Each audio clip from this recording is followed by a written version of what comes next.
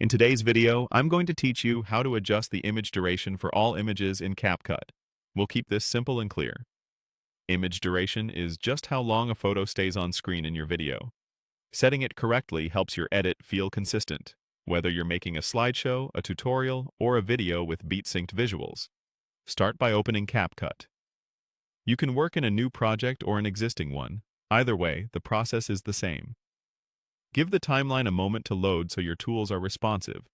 Next, add your image to the timeline.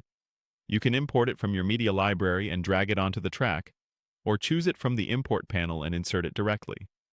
If you're working with several images, bring them all in now so you can see them laid out in order. Make sure each image sits on the main video track without gaps, unless you want intentional pauses. Now, adjust the duration by trimming the image clip. Hover over the end of the image on the timeline until you see the trim handle, then click and drag to the left to make it shorter or to the right to make it longer. You can do the exact same thing from the beginning of the clip if that's easier for your layout. Trimming from the start or the end will both change the total time.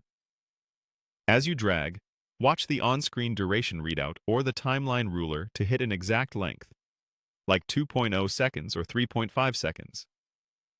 If you want every image to match, decide on a target duration, set it on one image first, then adjust the others to the same value.